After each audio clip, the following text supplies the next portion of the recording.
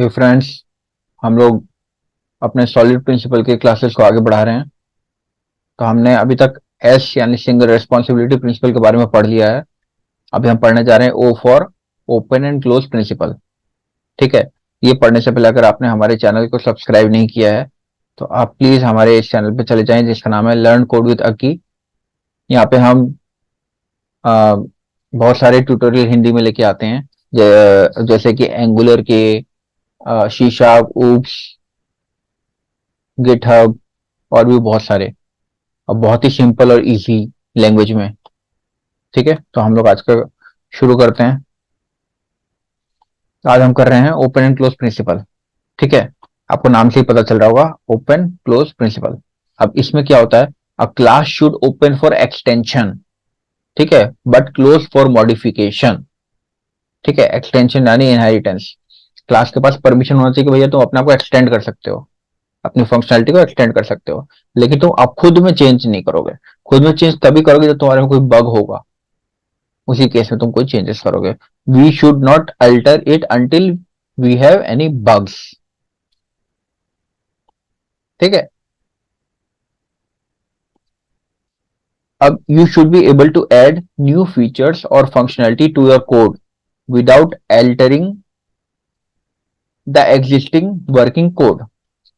समझे open close का क्या फायदा हुआ? ओपन क्लोज का ये फायदा हुआ कि हम लोग जो है अपने जो एग्जिस्टिंग क्लास है ना, उसमें हम लोग नई फंक्शनैलिटीज को ऐड कर सकते हैं। ठीक है, नए फीचर्स को ऐड कर सकते हैं बिना, जो एग्जिस्टिंग फंक्शनलिटी हमारी अभी तक रन होती आ रही है उसको बिना चेंज किए। ठीक है, किस तरीके से? उसकी खुद की क्लास में चेंज नहीं करेंगे, मॉडिफाई नहीं करेंगे, हम लोग उसको एक्सटेंड करेंगे। ठीक है, अब एग्जांपल लेते हैं, आपको ये और क्लियर होगा। ठीक है, तो हमारा है जब हम कोई किसी में ओपन क्लोज प्रिंसिपल को अप्लाई नहीं कर रहे हैं, यानी कि ओपन क्लोज प्रिंसिपल को वायलेट कर रहे हैं। ठीक है, तो सपोज कीजिए कि हमारे पास एक क्लास है पेमेंट प्रोसेसर नाम से। ठीक है, इसके अंदर हमारा एक प्रोसेस पेमेंट नाम से मेथड है जो कि एक पेमेंट ले रहा है। ठीक है, तो इसमें क्या है कि अगर आपका पेमेंट का जो टाइप है, अगर क्रेडिट कार्ड है तो उसके रिगार्डिंग लॉजिक होगा। इफ एल्स अगर पेपाल है तो उसके अकॉर्डिंग यहाँ पे लॉजिक है। ऐसे करके यहाँ पे और भी कंडीशन हो सकती हैं। ठीक है, अब लेटर बाद में क्या होगा कि हमारे पास कुछ और पेमेंट्स टाइप आए, सपोज करो बिटकॉइन आए या कुछ भी आ सकता है कि बिटकॉइन के थ्रू भी आप पेमेंट कर सकते हैं। ठीक है, तो हमें क्या करना पड़ेगा कि हमें अगेन एंड अगेन इसी क्लास में जाके यहाँ पे वापस एल्स इफ लगा के फिर हम कोड यहाँ भी इसी क्लास में हम इसी मेथड को मॉडिफाई कर रहे हैं बार बार। ठीक है, तो ये बैड प्रैक्टिस हो गया, बैड डिजाइन हो गया।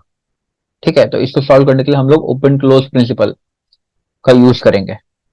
ठीक है, तो हमने कुछ नहीं किया, हमने बहुत सिंपल सा चीज, एक एब्स्ट्रैक्ट क्लास बनाई पेमेंट मेथड नाम से, उसके अंदर एक एब्स्ट्रैक्ट मेथड बनाया प्रोसेस पेमेंट नाम से। ठीक है, फिर हमने जितने भी हमारे पेमेंट टाइप्स है उतने उन सबका जो है क्लासेस बनाए। ठीक है, और उसको इनहेरिट किया हमारे पेमेंट मेथड से। ठीक है, और इस पेमेंट मेथड में ने क्या किया कि जो हमारा प्रोसेस पेमेंट नाम का जो मेथड था, ठीक है, उसको ओवरराइड किया।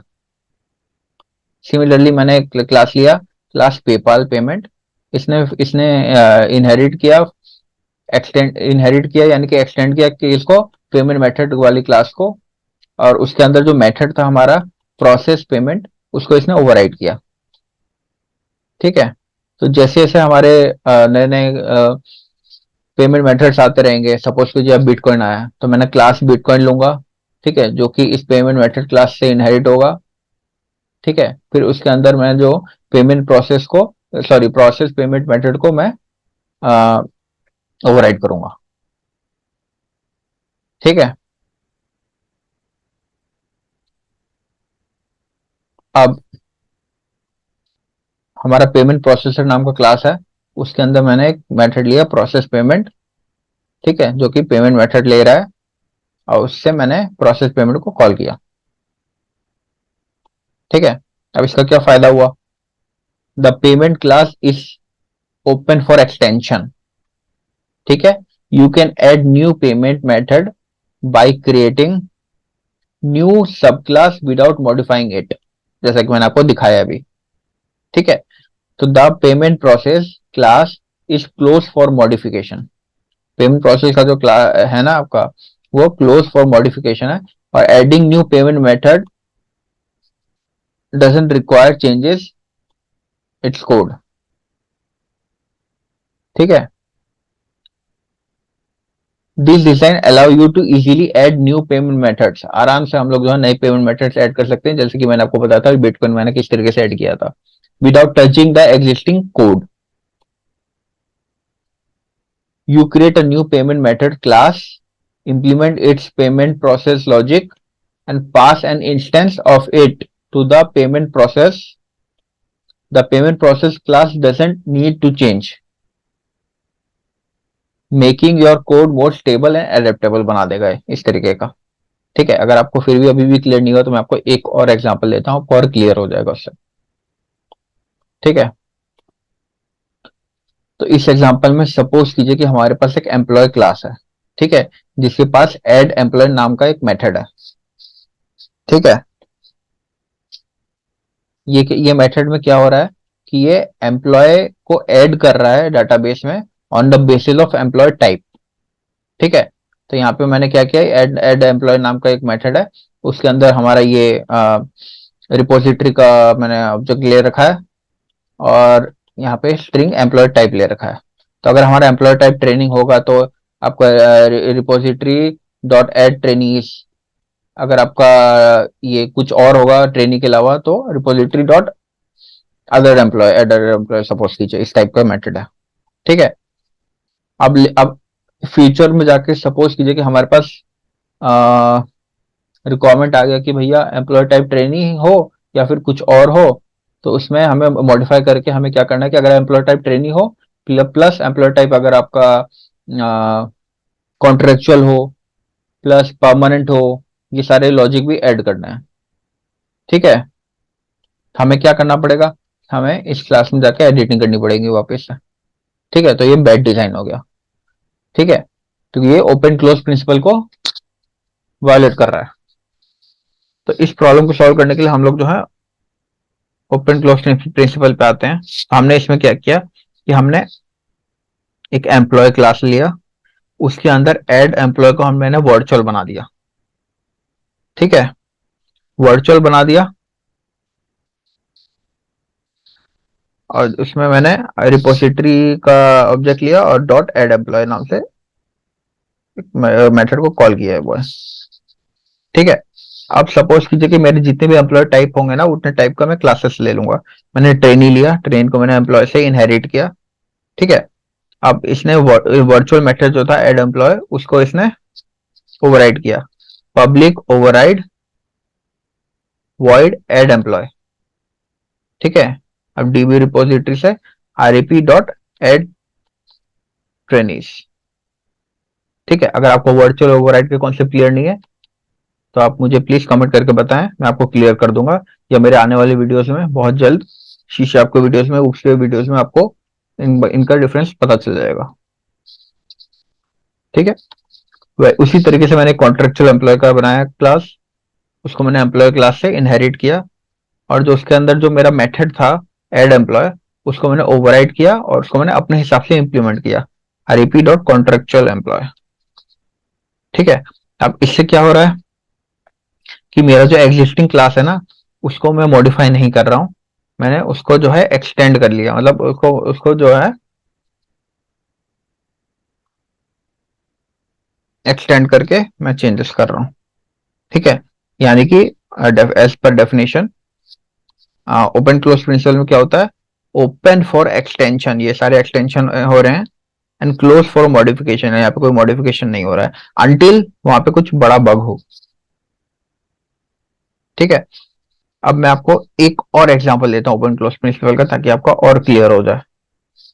ठीक है, तो सपोज कीजिए कि हमारे पास एक क्लास है इनवॉइस नाम से। ठीक है, इसके अंदर मैंने एक ले रखा है डबल गेट इनवॉइस डिस्काउंट नाम से एक मेथड बना रखा है। ठीक है, और इसमें मैंने दे रखा है कि अगर इनवॉइस टाइप आपका फाइनल इनवॉइस होगा तो ये लॉजिक करना है, अगर आपका इनवॉइस टाइप जो है आपका प्रपोज इनवॉइस होगा तो ये लॉजिक करना है। और रिटर्न में आपका फाइनल अमाउंट रिटर्न कर देगा ये। ठीक है। अब प्रॉब्लम क्या है इसमें, if we want to add another new invoice type, समझ रहे हैं, अगर हमें इन फ्यूचर जाके दूसरा इनवॉइस टाइप ऐड करना पड़े तो हमें एक और इफ एल्स इफ लगाना पड़ेगा कंडीशन इस गेट इनवॉइस डिस्काउंट नाम के मेथड में। ठीक है, समझ रहे हैं। तो अगर हम इसको चेंज कर रहे हैं, बार बार चेंज कर रहे हैं, again and again as per our coming requirement, तो क्या होगा, we need to ensure that, तो हमें ये इस बात को बिल्कुल श्योरिटी होनी होगी, इसको बात को पूरा इंश्योर करना पड़ेगा कि दो पहले से फंक्शनैलिटी जो चलती आ रही थी ना, वो और प्लस जो नई फंक्शनैलिटी जो हमने अभी ऐड की है, वो दोनों साथ के साथ अच्छे से चले। ठीक है, लेकिन इसके लिए हमें जो एग्जिस्टिंग फंक्शनैलिटी उसको हमें दोबारा से टेस्ट करना पड़ेगा, दोबारा से टेस्टिंग हो जाएगी। ठीक है, क्योंकि टेस्ट दोबारा से टेस्ट इससे करना पड़ेगा, वो ऑलरेडी हमारा पहले से रन हो रहा था, लेकिन उसको दोबारा से टेस्ट इससे करना पड़ेगा, ये श्योरिटी लेने के लिए कि भैया जो हमारा पहले चल रहा था वो अभी भी चल रहा है कि नहीं चल रहा है, नई फंक्शनलिटी ऐड करने के बाद। ठीक है, तो ये जो है नेगेटिव पॉइंट हो गया हम लोगों के लिए। तो इसके लिए हम लोग क्या करेंगे, ओपन क्लोज प्रिंसिपल का यूज करेंगे। ठीक है, तो इसमें मैंने क्या किया कि हम लोग क्या करेंगे, हम लोग तीन क्लास बनाएंगे, एक फाइनल इनवॉइस, एक प्रोपोज इनवॉइस और रिकरिंग इनवॉइस। ठीक है, अब मैंने क्या किया कि पहले मैंने एक क्लास बनाया इनवॉइस नाम से, उसके अंदर एक मेथड बनाया जो कि गेट इनवॉइस डिस्काउंट नाम का है, जो कि वर्चुअल टाइप का है। ठीक है, इसका मैंने लॉजिक लिख दिया, ये -10 अमाउंट -10। ठीक है, अब जितना भी हमारा फाइनल इनवॉइस आएगा, इनवॉइस टाइप आएगा, उसका मैं क्लास बनाऊंगा। सपोज कीजिए मैंने फाइनल इनवॉइस का क्लास बनाया, उसको मैंने इस इनवॉइस से मैंने इनहेरिट कर दिया। ठीक है, और जो मेरा मेथड था गेट इनवॉइस डिस्काउंट, उससे मैंने इसको ओवरराइड कर दिया क्योंकि वो वर्चुअल था। ठीक है, फिर से बता रहा हूँ, अगर आप वर्चुअल ओवरराइड का कॉन्सेप्ट नहीं डालते हैं, नहीं जानते हैं, तो प्लीज कमेंट करके बताएं, मैं इसके लिए एक नया वीडियो बना दूंगा। ठीक है, तो मैंने क्या किया कि मैंने इस गेट इनवॉइस डिस्काउंट को मैंने ओवरराइड किया। ठीक है, और इसमें मैंने अपने हिसाब से लॉजिक लिखा। ठीक है, सिमिलरली प्रपोज्ड इनवॉइस के लिए भी मैंने वही काम किया, मैंने इसको ओवरराइड किया मेथड को और अपने हिसाब से लॉजिक डाल दिया। और फिर मेरा एक पास जो नया आया, सपोज करो इन फ्यूचर रिकरिंग वाला आया, रिकरिंग इनवॉइस, तो रिकरिंग इनवॉइस को भी मैंने इनवॉइस क्लास से मैंने इनहेरिट किया, और इसके अंदर जो मेथड था गेट इनवॉइस डिस्काउंट, उससे इसको ओवरराइड किया और अपने हिसाब से उसमें लॉजिक लिख दिया। ठीक है, अब इससे क्या हो रहा है कि अब जो इनवॉइस क्लास है हमारा, वो मॉडिफिकेशन के लिए बंद है। ठीक है, जैसे कि हमारे डेफिनेशन बोला गया था, open for extension and close for modification. अब हम लोग इनवर्स क्लास को तब तक मॉडिफाई नहीं करेंगे जब तक उसमें कुछ बड़ा सा बग या कोई बग वगैरह ना आए। ठीक है, लेकिन ये जो हमारा इनवर्स क्लास है ओपन फॉर एक्सटेंशन है। ठीक है, as it allow creation of new class deriving from a base invoice class. ठीक है, विच क्लियरली फॉलो कर रहा है ओपन क्लोज प्रिंसिपल को सी शार्प में। ओके, अब हम लोग एक मेन क्लास बनाएंगे उसका। मेन क्लास में हमने क्या किया कि इनवॉइस का जो ऑब्जेक्ट लिया इक्वल टू न्यू। अब हमें जो भी जिसका भी हमें इनवॉइस का हमें कॉल करना है ना, उसका हम ऑब्जेक्ट बनाएंगे फाइनल इनवॉइस का, और उसका ऑब्जेक्ट को हम लोग इस इनवॉइस वाले में सेव कर लेंगे। ठीक है,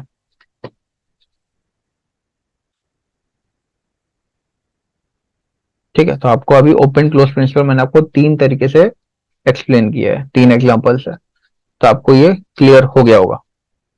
ठीक है, आने वाले वीडियोस में हम लोग लिस्ट लिस्ट को सब्स्टिट्यूशन प्रिंसिपल पढ़ेंगे आगे वाले वीडियोस में। ठीक है, अगर आपको कोई भी डाउट हो तो आप प्लीज कमेंट करके पूछ सकते हैं। अगर आपको हमारा वीडियोस अच्छा लग रहा हो तो आप हर एक वीडियोस पे अपना कमेंट दें, तो हम अपना ये वाला वीडियो आज ही यहीं पे खत्म कर रहे हैं। Thank you.